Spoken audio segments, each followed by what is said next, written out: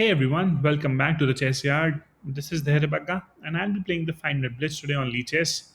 So yeah, let's get started. We'll try to be instructive during the game.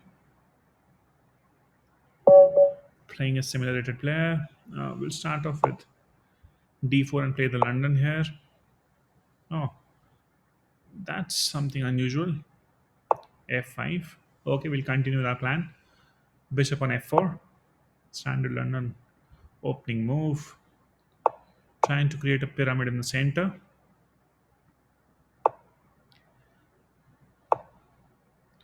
And then developing the knight. Knight has to come on the c5 e5 here. That's the place of the knight in the London. I'll just develop my bishop now. Can get my knight on d2 as well, or I can delay my development and start pushing the h pawn. Don't want to exchange knights, so I'm not getting the knight right away. I can push the bishop probably here, but then I don't know. I should wait, I think, and see how it goes from here. I don't think he has seen the opening maybe before. He's taking some time. Okay, very passive move over here.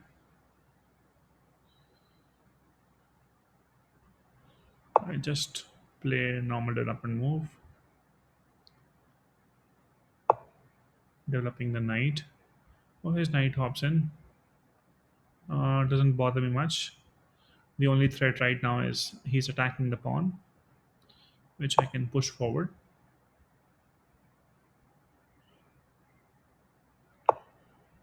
He develops his light square bishop now.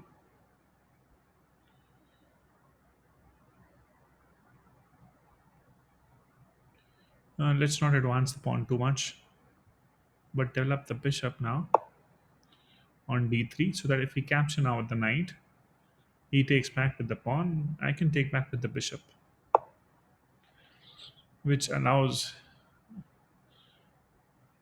my bishop now. I should move my bishop and make it centralized or knight. The bishop would be attacking the diagonal, but let's take the knight. If he takes, oh, he doesn't. Now he gives me another chance. How about the other knight as well? You take, I'll take back with the knight. The knight is irreplaceable.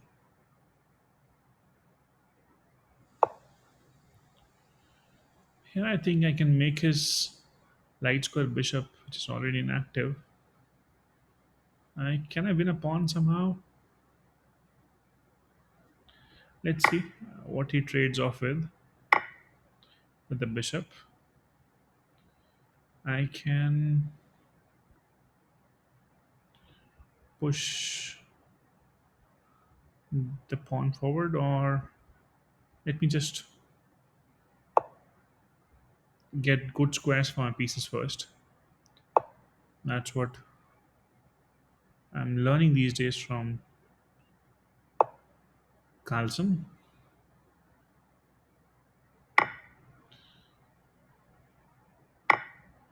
Exchanging the light square bishop, which was the defender of the king's queen side, where the king has castled. Again, looks like a bad move. How do I punish it?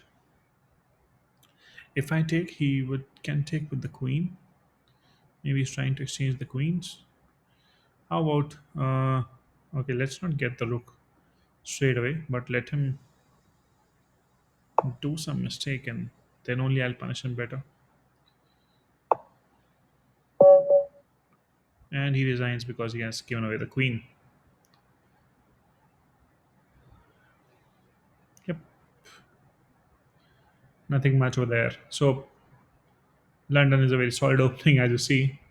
He blunders the queen, but before that, yep, it was nearly equal position. But the thing with London is you can't go wrong pretty much. It's something where you know where your pieces lie on. So it starts off with pawn d4.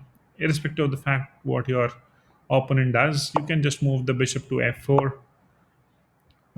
and then try to create a central good pawn structure, the triangle or the pyramid, whatever you call it as. So e3 and followed by c3.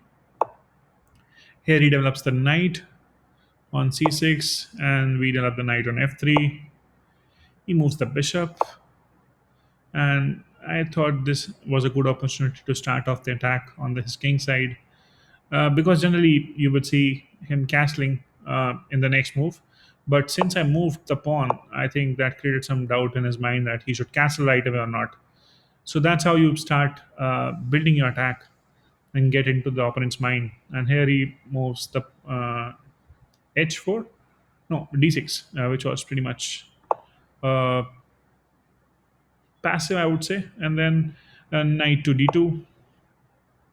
He offers the knight exchange, which I didn't want to do. So I just pushed my pawn to h5. He develops the other bishop, and now I get my bishop to d3, asking him to capture. And again, as I said, uh, as long as you try and create pressure and make sure that the d5 is active for you to be taken control of, you're good in the London. So the knight has to come on the d5 is the whole plan, and that's the way you can control this opening better. So I got my knight. Here he can capture, of course, but he doesn't. And I took this as an opportunity to develop the other knight also on f3, making sure that if the capture happens, my knight retains the e5, which is pretty much critical. Here he moved his queen, and computer suggesting to take on the knight, and that's what I did. Was the idea that I can probably capture the pawn if he takes back with the pawn, which was unlikely though. He takes with the bishop, and I move the queen here to e2, not going for the attack immediately, but making sure your pieces are more active on a very useful squares. I can always delay attack.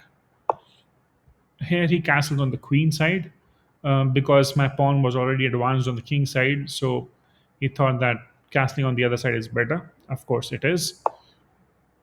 And I went for the bishop exchange.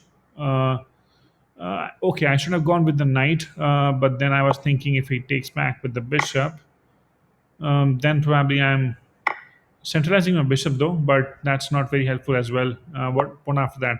I didn't see a follow up move from there. So I didn't want to go for exchange.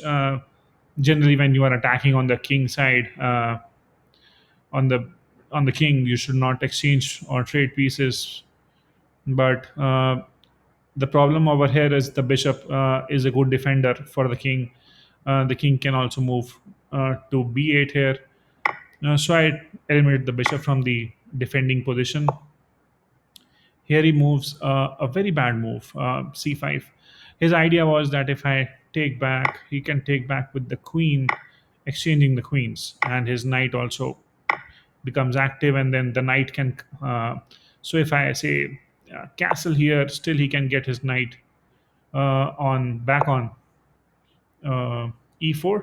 If I don't castle, then he's threatening check, spoiling my castling, attacking the bishop. So knight if comes on d3 and I'm not castled, or I have moved the king, then the pawn on b2, as well as the bishop and the king, all three would be forked. Yes, if I move the pawn, if I move the king and save it on the d square, then he can all on the d1. Then he can also capture on the f2, forking the king and rook over there. So lots of things that could have been done from there. So I rather chose to not capture and move my a pawn over here, trying to make sure the attack is full-fledged. The pawn army is going to attack, and in such a scenario, if required, I can castle on the king side if required at all.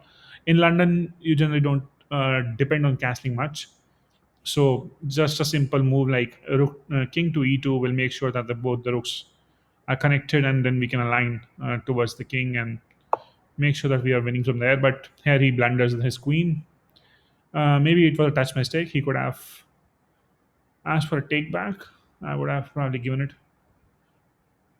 But yeah, that doesn't happen in the game.